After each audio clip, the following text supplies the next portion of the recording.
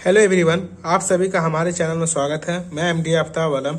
मैं class 10th का math का वेरी इंपॉर्टेंट ऑब्जेक्टिव क्वेश्चन कराने वाला हूं। मैं आप सभी को 25 प्लस ऑब्जेक्टिव क्वेश्चन कराऊंगा जो आप लोग के बोर्ड एग्जाम के लिए बहुत ही ज़्यादा इंपॉर्टेंट है।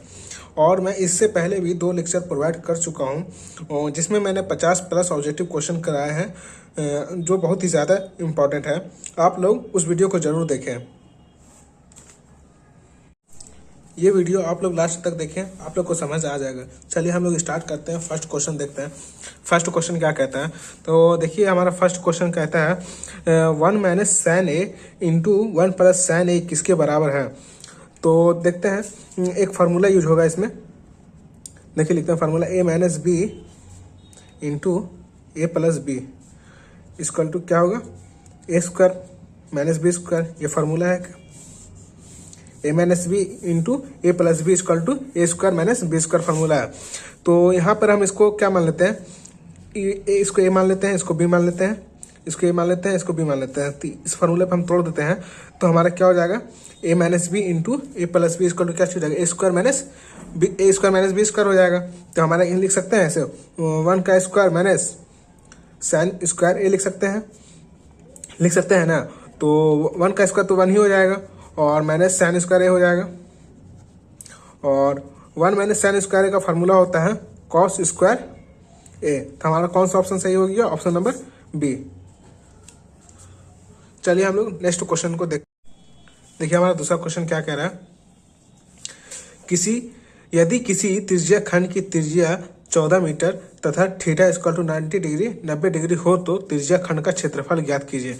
तो हमारा त्रिज्या खंड का क्षेत्रफल का जो फार्मूला होता है वो होता है theta by 360 pi r square. तो इसमें त्रिज्या कितना दिया हुआ, त्रिज्या दिया हुआ 14 सेंटीमीटर, आर स्क्वायर कितना दिया हुआ 14 मीटर दिया हुआ है, आर दिया हुआ 14 मीटर। और थीटा कितना दिया हुआ, थीटा हमारा दिया हुआ 90 डिग्री। तो यहाँ पे मान रख देते हैं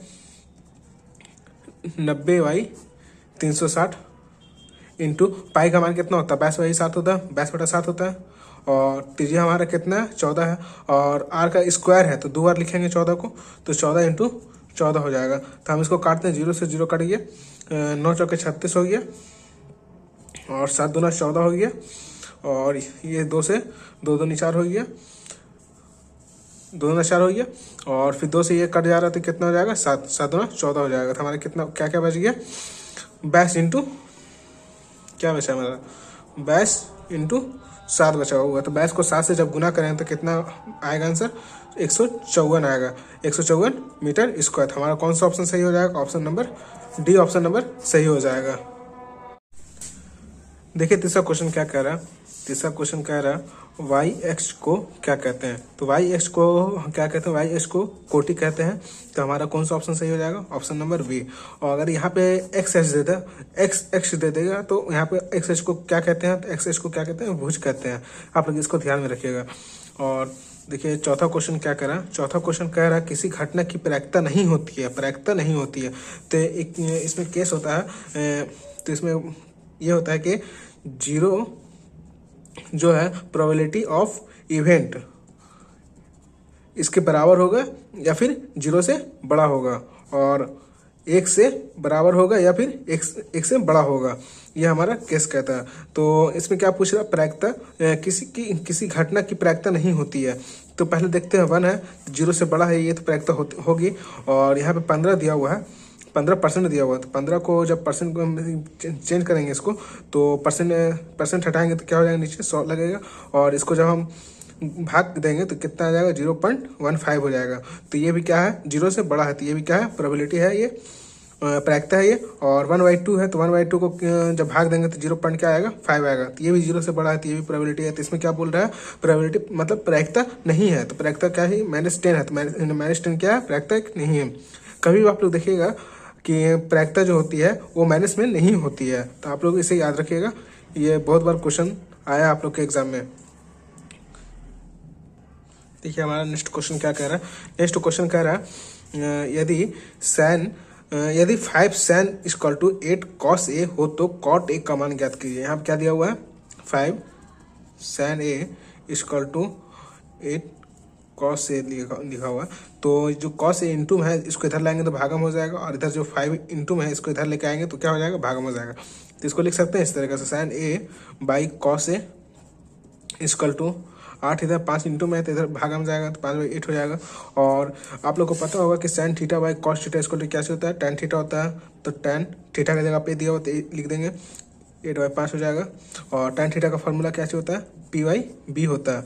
तो हमें क्या दिया हुआ है, P का मान दिया हुआ 8 दिया हुआ है और B का मान दिया हुआ 5। तो हमें क्या निकालना है, cot A का मान निकालना है। तो cot A का फॉर्मूला क्या होता है, cot A इक्वल टू होता है B/P होता है। तो B का मान कितना हो गया, 5 हो गया, और P का मान कितना हो गया, 8 हो गया। तो हमारा कौन सा ऑप्शन सही है, 5/8, ऑप्शन नंबर सी हमारा सही है। देखिए हमारा 6 नंबर क्वेश्चन क्या कह रहा है, 6 नंबर क्वेश्चन कह रहा है A equal to B Q plus R में यदि बी इक्वल टू 25 दिया हुआ है, Q equal to 12, R equal to 13 हो तो ए इक्वल टू क्या होगा। तो हमें बहुत ही आसान क्वेश्चन दिया हुआ है, इस पे सबका मान रखना और ए का मान बता देना था। हमारे ए क्या दिया हुआ है, ए इक्वल टू दिया हुआ है बी क्यू प्लस आर दिया हुआ है। तो हमारा ए निकालना है, तो बी का मान कितना दिया हुआ, बी का मान दिया हुआ 25 दिया हुआ है, और क्यू का मान कितना है, क्यू का मान 12 दिया हुआ है, और प्लस आर का मान कितना दिया हुआ 13।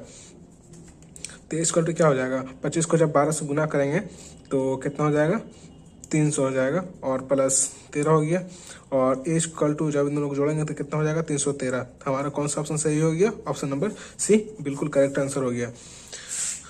चलिए नेक्स्ट क्वेश्चन देखते हैं। देखिए अगला क्वेश्चन क्या कह रहा है, 3 प्लस √3 माइनस √3 निम्न में से कौन सी संख्या है। तो हमें दिया हुआ क्या, 3 प्लस √3 माइनस √3 पूछ रहा इसमें से कौन सी संख्या। तो प्लस में √3 है और माइनस में √3, दोनों कट जाएगा तो बचेगा क्या, हमारा बचेगा 3। तो 3 हमारा कौन सा संख्या है, 3 हमारा परिमेय संख्या, जो हमारा ऑप्शन नंबर बी सही है। चलिए देखिए क्वेश्चन नंबर 8 क्या कह रहा है, क्वेश्चन नंबर 8 कह रहा है 100 का अभाज्य गुणनखंड क्या होगा। 100 का अभाज्य गुणनखंड क्या होगा, तो 100 का पहले क्या करते हैं, एलसीएम लेते हैं, 2 से पहले लगाते हैं तो 50 बार में कटेगा, उसके बाद फिर 2 से लगाते हैं तो कितना 25 बार में कटेगा, उसके बाद फिर 5 को लगाते हैं तो 5 में 25 हो जाएगा, 5 बार में कटेगा। तो हमारा क्या आ गया, 2 इंटू 2 इंटू 5 इंटू 5 हो गया। तो हमारा 2 पर पावर 2 हो गया, इंटू 5 पर पावर 2। तो हमारा कौन सा ऑप्शन सही हो गया, ये बिल्कुल राइट आंसर हो गया। देखिए हमारा नेक्स्ट क्वेश्चन क्या कह रहा है, बिंदु 4, किस चतुर्थांश में होगा।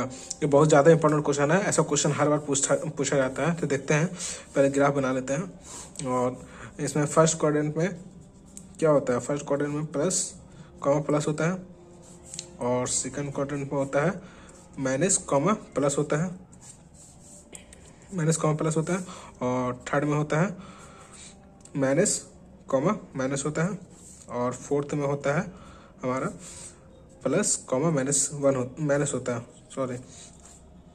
प्लस माइनस होता है। तो हमारा इसमें क्या दिया हुआ है, +4 दिया हुआ, -3 दिया हुआ। तो हमारा ये वाला होगा, तो कौन सा ऑप्शन सही हो जाएगा, डी हमारा ऑप्शन सही हो जाएगा, चतुर्थ। तो 4 वाला डी ऑप्शन सही हो गया। तो हमारा देखिए अगला क्वेश्चन क्या कह रहा है, अगला क्वेश्चन कह रहा है cos 60 into cos 30 minus sin 60 into sin 30 का मान होगा। चलिए इसको सॉल्व करते हैं। इसमें ज़्यादा कुछ नहीं है, बस खाली इसमें क्या करना है, सबका मान रखना है।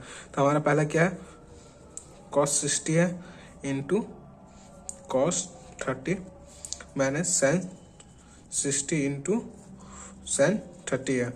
तो हमारा cos 60 का मान क्या होता है, 1/2 होता है, और cos 30 का मान होता है 30 डिग्री का √3/2, और माइनस sin 60 डिग्री का मान होता है √3/2, और इंटू sin 30 डिग्री का मान होता है 1/2। तो जब हम इन दोनों को गुना करेंगे तो क्या हो जाएगा, √3/4 हो जाएगा, और माइनस अब इन दोनों को करेंगे तो √3/4 हो जाएगा। तो ये प्लस में एक माइनस में, तो क्या हो जाएगा, कट जाएगा, तो क्या हो जाएगा, आंसर आएगा 0। तो हमारा कौन सा ऑप्शन सही है, ऑप्शन नंबर सी बिल्कुल सही आंसर है, ऑप्शन नंबर सी बिल्कुल सही आंसर है। चलिए नेक्स्ट क्वेश्चन देखते हैं।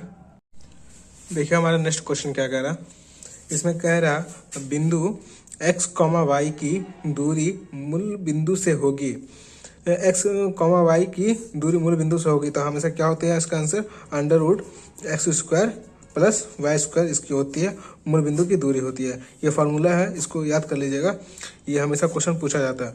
चलिए देखिए दूसरा क्वेश्चन, 12 नंबर क्वेश्चन क्या कह रहा है, इसमें कह रहा है किसी घटना ई के लिए प्रोबेबिलिटी प्लस प्रोबेबिलिटी होने की घटना और प्रोबेबिलिटी नहीं होने की घटना का योग क्या होता है? तो इसका योग हमेशा 1 होता है। ऑप्शन नंबर बी हमारा बिल्कुल सही आंसर होगा। और क्वेश्चन नंबर देखिए 13 क्या कह रहा है। क्वेश्चन नंबर 13 कह रहा है यदि किसी बारंबारता सारणी का माध्य 6 एवं माध्यिका 8 हो तो बहुलक होगा। हमें क्या बोला? बहुलक। बहुलक को क्या लिखते हैं हम? इंग्लिश में मोड कहते हैं। तो हमारा बहुलक बराबर फार्मूला जो होता है, बहुलक बराबर जो फार्मूला होता है 3 माध्यिका -2 मध्य होता है। तो हमारा कितना मध्य 6 दिया हुआ है और माध्यिका 8 दिया हुआ है। हमें पूछ रहा क्या? बहुलक पूछ रहा।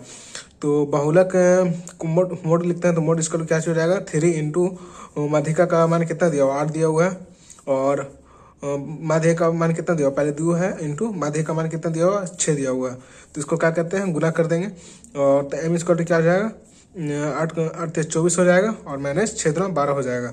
तो एम स्क्वायर टू कितना निकलेगा? 12 निकलेगा। तो एम स्क्वायर टू 12 हो गया तो हमारा कौन सा ऑप्शन सही होगी? Option number B. हमारा जो ये जो बहुलक वाला फार्मूला जो होता है ये बहुत ही ज़्यादा इंपॉर्टेंट है। ये हमेशा 100% ये क्वेश्चन हर साल पूछा जाता है। तो बहुलक स्क्वायर टू फार्मूला जो होता है 3 माध्यिका -2 माध्य होता है। कभी हो सकता है बहुलक का मान दे दिया, माध्यिका का मान नहीं देता है, माध्यिका बोल देता है निकालने, और कभी माध्यिका का मान दे देगा, माध्य बोलेगा निकालने के लिए। तो इसको निकाल लीजिएगा आप लोग, इसको रट लीजिएगा आप लोग। चलिए देखते हैं 14 नंबर क्वेश्चन क्या कह रहा है। देखिए इस क्वेश्चन में क्या कह रहा है। इस क्वेश्चन में कह रहा है यदि बहुपद p of x equal to कितना दिया हुआ? x² प्लस 7x प्लस 10 दिया हुआ है और बोल रहा है क्या? शून्य अल्फा बीटा है तो अल्फा इंटू बीटा का मान ज्ञात करना है। क्या करना है? अल्फा इंटू बीटा का मान ज्ञात करना है। तो हमें सबसे पहले पता होना चाहिए कि जो x का जो कॉफिशिएंट होता है उसको हमेशा a लिखते हैं, a मानते हैं, और जो इसका कॉफिशिएंट होता है ये b होता है, और इसको जो 10 है ये हमेशा क्या होता है? c होता है। तो x का कॉफिशिएंट यहाँ पे कितना है? 1 है। x का कॉफिशिएंट कितना है? 1 है तो इक्वल टू 1 हो जाएगा, और इसका कॉफिशिएंट कितना है? 7 है तो b इक्वल टू 7 हो जाएगा, और ये c इक्वल टू कितना दिया हुआ? 10 दिया हुआ। तो हमें क्या बोल रहा है? अल्फा इंटू बीटा का मान बोल रहा है। अल्फा इंटू बीटा का मान बोल रहा है तो अल्फा इंटू बीटा का फॉर्मूला होता है CY/A होता है। सी का है तो सी का मान कितना है? यहाँ पे 10 है और ए का मान कितना? 1 है। तो हमारा इक्वल टू कितना हो जाएगा? कितना हो जाएगा? 10 हो जाएगा। तो हमारा कौन सा ऑप्शन सही हो जाएगा? ऑप्शन नंबर ये हमारा करेक्ट आंसर हो जाएगा। देखिए अगला क्वेश्चन कह रहा है 1 प्लस tan स्क्वायर ए बटा 1 plus cot square A equal to क्या होगा? तो 1 प्लस tan स्क्वायर ए का फॉर्मूला जो होता है वो होता है सेक स्क्वायर ए, और 1 बटा दिया हुआ है, और 1 प्लस कॉट स्क्वायर ए का फॉर्मूला होता है क्या? कॉसेक स्क्वायर ए होता है। और इतना हो गया। और उसके बाद फिर यहाँ पे सेक स्क्वायर का एक फार्मूला होता है। सेक स्क्वायर ए का फार्मूला होता है क्या होता है? 1/cos स्क्वायर ए होता है, और कॉसेक स्क्वायर का फार्मूला होता है 1/sin स्क्वायर ए होता है। और यहाँ पर तो हो गया 1 प्लस tan स्क्वायर का फार्मूला सेक स्क्वायर हो गया, 1 प्लस कॉट स्क्वायर का फार्मूला कॉसेक स्क्वायर हो गया। तो हम सेक स्क्वायर ए की जगह पे लिख सकते हैं 1/cos स्क्वायर ए, 1/cos स्क्वायर ए लिख सकते हैं, और बटा कॉसेक स्क्वायर की जगह आप क्या लिख सकते हैं? 1/sin स्क्वायर ए, 1/sin स्क्वायर ए। और तो हमको इस तरीके से लिख सकते हैं इसको 1/cos स्क्वायर ए है, और यहाँ पे जो sin स्क्वायर है तो इसको ऊपर भेज देंगे। ऊपर भेज देंगे तो क्या हो जाएगा? sin स्क्वायर a/1 हो जाएगा। तो हमारे क्या हो जाएगा? sin स्क्वायर a/cos स्क्वायर ए, और sin स्क्वायर a/cos स्क्वायर ए का फॉर्मूला जो होता है tan स्क्वायर ए होता है। तो हमारा कौन सा ऑप्शन सही हो जाएगा? ऑप्शन नंबर हमारा डी करेक्ट आंसर हो जाएगा। देखिए अगला क्वेश्चन क्या कह रहा है। अगला क्वेश्चन कह रहा है 21, 18, 15 ... का कौन सा पद शून्य होगा? मतलब कौन सा पद शून्य होगा? तो इसमें दिया हुआ है TN इक्वल टू दिया हुआ क्या? 0 दिया हुआ, और इसमें क्या दिया हुआ? A इक्वल टू 21 हो जाएगा। और हमें क्या पूछ रहा है? कौन सा पद शून्य होगा? तो n का मान पूछ रहा है। इसमें हमें क्या पूछ रहा है? n इक्वल टू वाट पूछ रहा है। तो हम जानते हैं d इक्वल टू क्या होता है? T2 माइनस T1 होता है। तो d इक्वल टू क्या हो जाएगा? T2 की जगह पे क्या हो जाएगा? 18 हो जाएगा, और माइनस T1 की जगह पे 21 हो जाएगा। तो d इक्वल टू फार्मूला क्या निकल के क्या हो जाएगा? -3 हो जाएगा।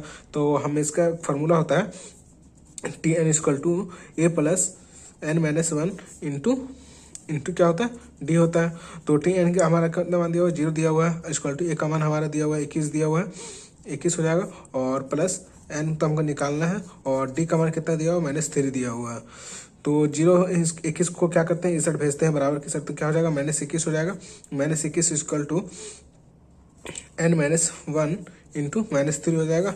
और चलिए देखिए यहाँ पे देखते हैं, तो -21 जो है, और माइनस जो इधर 3 है, तो इसको बराबर की साइड भेजेंगे तो क्या आ जाएगा, भागा में आ जाएगा, तो -3 हो जाएगा। इक्वल टू इधर क्या बचेगा, n-1 बचेगा। तो माइनस से माइनस कैंसिल हो गया, और 3 से 21 कैंसिल हो गया, कितना हो जाएगा, 7 बार में कटेगा, 7 21, तो 7 इक्वल टू क्या चीज हो जाएगा, n-1 हो जाएगा। तो क्या लिखेंगे इसमें, तो n इक्वल टू लिख सकते हैं 7, माइनस इधर है तो इसको इधर भेजेंगे तो क्या हो जाएगा, +1 हो जाएगा। तो हमारा n इक्वल टू क्या चाहिए हो गया, 8 निकल गया। तो हमें पूछ रहा था कौन सा पद शून्य होगा, तो 8वां पद जो निकला है, जो 8 निकला है, 8वां पद हमारा क्या होगा, शून्य होगा। तो हमारा ऑप्शन नंबर कौन सा सही हो जाएगा, ऑप्शन नंबर सी हमारा करेक्ट आंसर हो जाएगा। चलिए देखते हैं अगला क्वेश्चन क्या कह रहा है। देखिए अगला क्वेश्चन क्या कह रहा है इसमें कि यदि 2 into sin 2 theta equal to √3 हो तो थीटा बराबर होगा। हमें क्या दिया हुआ है, 2 sin 2 थीटा इक्वल टू √3, क्या दिया हुआ, √3। तो हमें थीटा का मान पूछ रहा है, तो इसको लिख सकते हैं sin 2 थीटा इक्वल टू √3/2, क्योंकि इधर इंटू में है तो इधर आएगा तो भागा में हो जाएगा। तो sin 2 थीटा इक्वल टू √3/2 किसका मान होता है, sin 60 डिग्री का मान होता है, sin 60 डिग्री का मान होता है। तो हमारा क्या हो जाएगा, sin से sin कैंसिल हो जाएगा, तो क्या बचेगा, 2 थीटा इक्वल टू 60 बचेगा। तो थीटा इक्वल टू क्या हो जाएगा, 60/2 हो जाएगा, क्योंकि इंटू में इधर से इधर आएगा, तो इसको फिर काटेंगे तो कितना बार में कट जाएगा, 30 बार में कट जाएगा। तो हमारा थीटा क्या आ गया, थीटा इक्वल टू 30 डिग्री आ गया। तो हमें क्या पूछा था, थीटा किसके बराबर, 30 के बराबर होगा। तो हमारा कौन सा ऑप्शन नंबर सही हो गया, ऑप्शन नंबर ए बिल्कुल करेक्ट आंसर हो गया। चलिए अगला क्वेश्चन देखते हैं। देखिए हमारा अगला क्वेश्चन कह रहा है, यदि बहुपद x² - kx + 8 के शून्यकों का योग 6 है तो k का मान ज्ञात कीजिए। हमें क्या पूछ रहा है, k का मान पूछ रहा है। तो हमें क्या बोल रहा है, शून्यकों का योग बोल रहा है। तो शून्यकों का योग क्या हो जाएगा, अल्फा प्लस बीटा हो जाएगा। इसका फॉर्मूला क्या होता है, -b/a होता है। तो हमें शून्यकों का योग का फॉर्मूला दिया हुआ, मान दिया हुआ है 6 दिया हुआ है। तो अल्फा प्लस बीटा का मान कितना दिया हुआ है, 6 दिया हुआ है। हमें क्या निकालना, के का मान ज्ञात करना।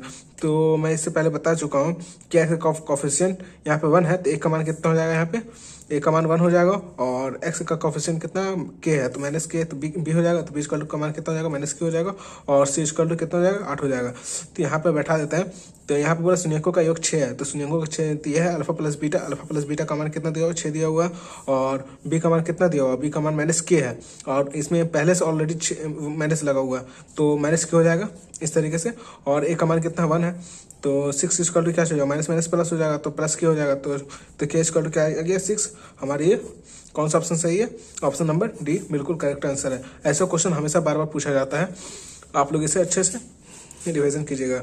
जितने भी इसमें ऑब्जेक्टिव क्वेश्चन मैं करा रहा हूँ, बहुत ज़्यादा इंपॉर्टेंट क्वेश्चन है, आप लोग इसे हमेशा रिवाइज करते रहिएगा कि, और सबको शेयर कर दीजिएगा कि जितने से जितने बच्चे हैं वो देखें इस वीडियो को और पूरा लाभ उठा सके मैट्रिक बोर्ड एग्जाम में।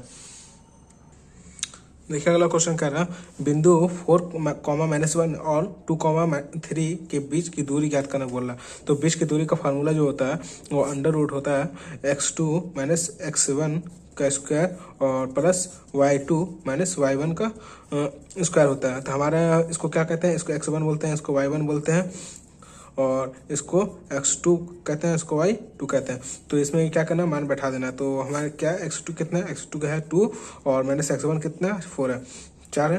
तो इसका स्क्वायर हो जाएगा, प्लस y2 कितना हमारा 3 है, और -y1 कितना है, -1 है, -1 का स्क्वायर हो जाएगा। तो यहाँ पे हो जाएगा, जब 4 में से 2 चला जाएगा तो कितना बचेगा, -2 बचेगा। तो स्क्वायर हो जाएगा प्लस, और ये 3 है, और यहाँ पे माइनस है, यहाँ पर माइनस है, तो प्लस हो जाएगा, +1 हो जाएगा। यहाँ देखिए 3 है और माइनस है, -1 है, तो ये क्या आ जाएगा, 3 + 1 हो जाएगा। तो हमारे क्या आ जाएगा, यहाँ पे 4 आ जाएगा। तो 4 का स्क्वायर यहाँ पर कर देंगे, और √2 का स्क्वायर कितना हो जाएगा, 4 हो जाएगा, प्लस 4 का स्क्वायर कितना हो जाएगा, 16 हो जाएगा।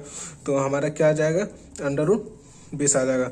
तो 20 को इस तरीके से लिख सकते हैं, 4 × 5 लिख सकते हैं, 5 × 20 हो जाएगा। और हमारा √4 का जो वर्गमूल होता है 2 होता है, और 5 ऐसे रखा जाएगा। तो हमारा कौन सा ऑप्शन नंबर 2√5 आंसर आया। तो हमारा कौन सा ऑप्शन नंबर सही हो गया, ऑप्शन नंबर हमारा बिल्कुल करेक्ट आंसर हो गया।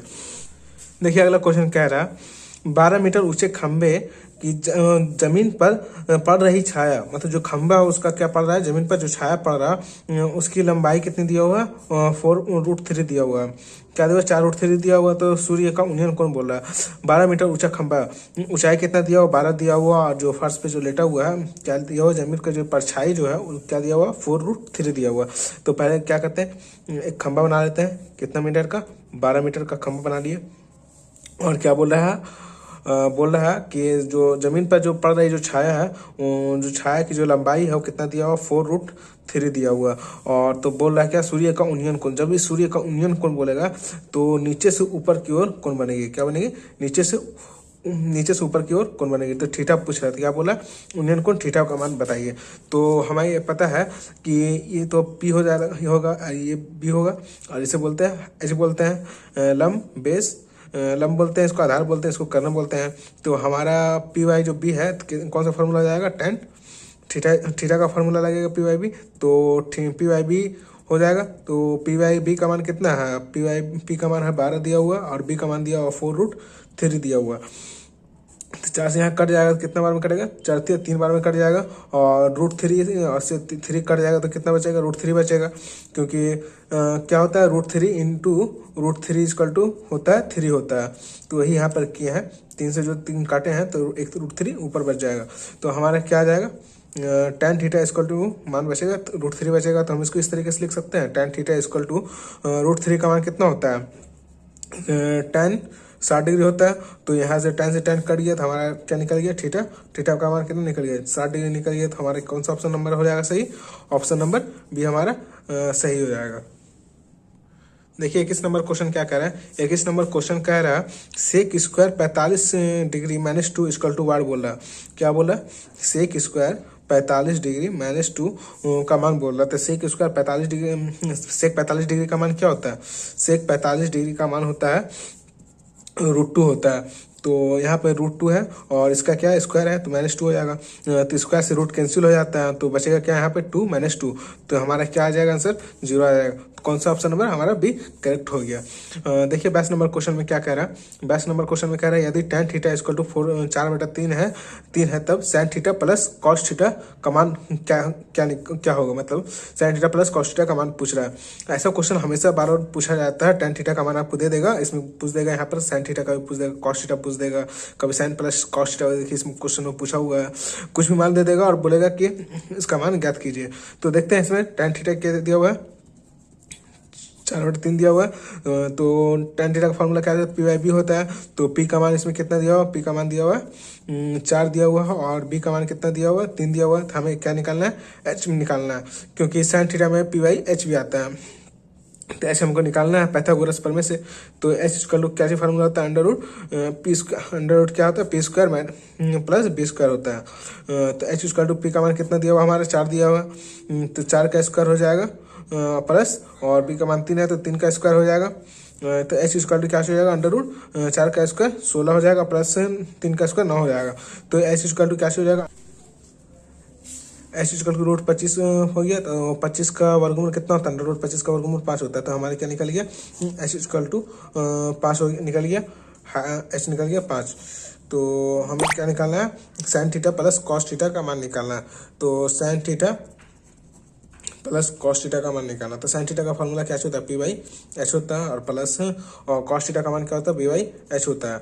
तो पी का मान हमारा कितना है, पी का मान देखिए हमारा 4 है, तो 4 यहाँ बैठा देंगे। एच का मान निकाले 5 निकाले हैं, और प्लस बी का मान कितना है 3 है, और एच का मान कितना निकाले 5 निकाले हैं। तो जब इसको एलसीएम लेंगे तो 5 आ जाएगा, और ऊपर 4 प्लस 3 हो जाएगा। तो कितना बच गया, 7/5। तो हमारा कौन सा ऑप्शन नंबर सही हो गया, option number C correct answer हो गया। और देखिए क्वेश्चन नंबर 23 बोल रहा है वृत्त की बाहरी बिंदु से कितनी स्पर्श रेखा खींची जा सकती है। एक वृत्त है, ये क्या है, एक वृत्त है, और बोल रहा है बाहरी बिंदु से, कोई बाहरी बिंदु है उससे कितनी स्पर्श रेखा खींची जा सकती है। तो एक स्पर्श रेखा यहाँ हो गया, दूसरा यहाँ हो गया। तो बाहरी बिंदु से स्पर्श रेखा कितनी खींची जा सकती है, हमें केवल 2 स्पर्श रेखा खींची जा सकती है। तो ऑप्शन नंबर कौन सा हो गया, ऑप्शन नंबर डी हमारा सही हो गया। इसमें एक क्वेश्चन और पूछता है कि वृत्त पर कितनी स्पर्श रेखा खींची जा सकती है। कोई जैसा वृत्त है उस पर अनंत स्पर्श रेखा खींची जा सकती है, एक अनंत स्पर्श रेखा खींची जा सकती है, मतलब जो टच होकर के जाए, टच होकर के जा रहा तो उस टाइप से कभी क्वेश्चन पूछा जा सकता है, या हमेशा पूछा जाता है क्वेश्चन। तो एक बार ध्यान से देख लीजिएगा आप लोग। और देखिए 24 नंबर क्वेश्चन में क्या कह रहा है। 24 नंबर क्वेश्चन में कह रहा है यदि द्विघात समीकरण x square minus p x plus 4 equal to 0 तो मूल बराबर होगा। मूल बराबर हो तो पी इक्वल टू वाट। जब भी अगर बोला जाए मूल बराबर हो तो हमारा डी क्या हो जाएगा, 0 हो जाएगा। डी क्या हो जाएगा, 0 हो जाएगा। तो हमारा की समीकरण दिया हुआ है तो क्या हो जाएगा, तो डी स्क्वायर फार्मूला होता है, जो होता है बी स्क्वायर माइनस 4ac होता है, डी का फार्मूला होता है डी इक्वल टू।